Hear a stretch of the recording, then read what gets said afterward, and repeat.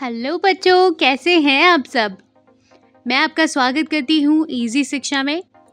और आज हम सुनने जा रहे हैं एक नई कहानी। तो चलिए साथ में सुनते हैं ये कहानी, जिसका नाम है शापित राजकुमारी। एक बार की बात है, टुकियस नाम का एक राजकुमार रहता था। टुकियस के पिता बहुत ही बीमार थे। एक दिन उसने अपने बेटे को अपने बिस्तर के पास बुलाया और कहा, बेटे, मैं हर दिन कमजोर होता जा रहा हूँ, इसलिए मुझे लगता है अब समय आ गया है कि मैं तुम्हें ये दे दूं। और ऐसा कहकर उन्होंने एक सींग टुकियस को दे दिया। टुकियस ने अपने पिता से पूछा, पिताजी, ये तो साधारण सा सींग है, मैं इसका क्या करूंगा? बेटे, ये कोई साधारण सींग नहीं है। यदि आप इसे अपने कान में लगाते हैं तो आप दूसरे व्यक्ति के विचारों को सुन सकेंगे और ये आपकी बहुत मदद करेगा। कुछ दिनों बाद टुकियस के पिता की मृत्यु हो गई।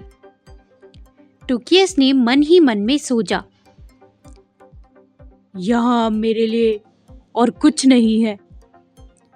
मैं कुछ समय के लिए यात्रा करूंगा और रास्ते में किसी काम की तलाश करूंगा। ये कहकर वो अपने पिता का सींग लेकर चल दिया। कई दिनों की यात्रा के बाद वो आखिरकार एक महल में पहुंचा। वहां उसकी मुलाकात महल के मालिक से हुई, जो लंबे बालों वाला एक विशालकाय व्यक्ति था। उसने विशालकाय व्यक्ति से उसे कुछ काम देने की गुहार लगाई। उस व्यक्ति ने कहा, यदि आप अच्छा पका सकते हैं तो आप मेरा भोजन बना सकते हैं। उसने विशालकाय व्यक्ति को बहुत ही स्वादिष्ट डिनर बनाकर प्रभावित कर लिया और इसीलिए उसे काम पर रख लिया गया। एक दिन जब टुकियस महल के चारों ओर घूम रहा था, उसने तहखाने में अपना रास्ता खोज लिया। जैसे ही वह करीब आया, उसे किसी के रोने की आवाज आई। उसने तहखाने की तलाश ली और उसे एक खंबे से बंधी एक सुंदर सी लड़की मिली। तुम कौन हो? तुम इस तरह से क्यों बंधी हुई हो? टुकियस ने उस लड़की से पूछा। तो उस लड़की ने जवाब दिया, मेरा नाम चकली है और मैं इस खूबसूरत राज्य की राजकुमारी हूँ। उस दानव ने मेरे पिता और राजा को मार डाला और फिर मुझे बंदी बना लिया। कृपया मेरी मदद करें। उसे राजकुमारी के लिए बहुत ही दुख हुआ, लेकिन उसने ये पूछा, मैं क्या कर सकता हूँ? मैं तो बस एक साधारण सा आदमी हूँ और वो एक विशालकाय व्यक्ति है।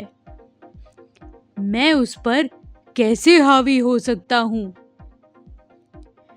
टुकियस बहुत ही दुखी था, क्योंकि उसे राजकुमारी की मदद करने का कोई रास्ता नहीं मिल रहा था। एक दिन उसने फैसला किया, मेरे पास खोने के लिए तो कुछ भी नहीं है। मुझे पिताजी का सींग का उपयोग करना चाहिए और देखता हूं कि क्या मैं दानव के विचारों को सुन सकता हूं। जैसे ही उसने अपने कानों के लिए सींग उठाया। उसने विशालकाय व्यक्ति को सोचते हुए सुना। मुझे लगता है कि रसोइये को राजकुमारी के बारे में पता चल गया है। कल मैं उसे नाश्ते में खा जाऊंगा। तब तक मुझे ये सुनिश्चित करना होगा कि वो नहीं जानता कि मेरी ताकत का राज मेरे बाल हैं। टुकियस को यह जानकर बहुत ही खुशी हुई कि विशालकाय व्यक्ति अपने लंबे बालों के बिना उसका कुछ नहीं बिगाड़ पाएगा। इसीलिए उस रात को वो विशालकाय व्यक्ति के बेडरूम में जाकर घुस गया और सोते समय उसने बाल काट दिए।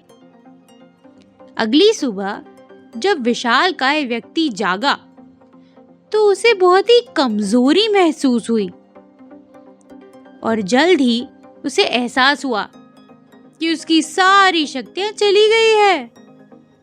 यह जानते हुए कि टुकियस अब उसे आसानी से हरा सकता है, कमजोर विशालकाय व्यक्ति ने अपना सारा सामान इकट्ठा किया और महल से भाग गया। जैसे ही टुकियस को पता चला कि दानव भाग गया है, वह भागकर तहखाने में गया और राजकुमारी को मुक्त कर दिया। अंत में विशालकाय व्यक्ति का अभिशाप हटा लिया गया और वो जगह एक शानदार महल में बदल गई। जल्द ही टुकियस ने राजकुमारी से विवाह किया और उस राज का राजा बन गया। तो थी ना ये मजेदार कहानी दोस्तों। अगर आपको भी ऐसी ही नई नई और मजेदार कहानियां सुननी है तो हमारे चैनल को सब्सक्राइब कीजिए और अगर ये कहानी आपको पसंद आई है तो इस वीडियो को लाइक करना बिल्कुल मत भूलिएगा। हम आपके लिए ऐसी ही और कहानियां लाते रहेंगे। तो अगली कहानी तक के लिए बाय बाय बच्चों।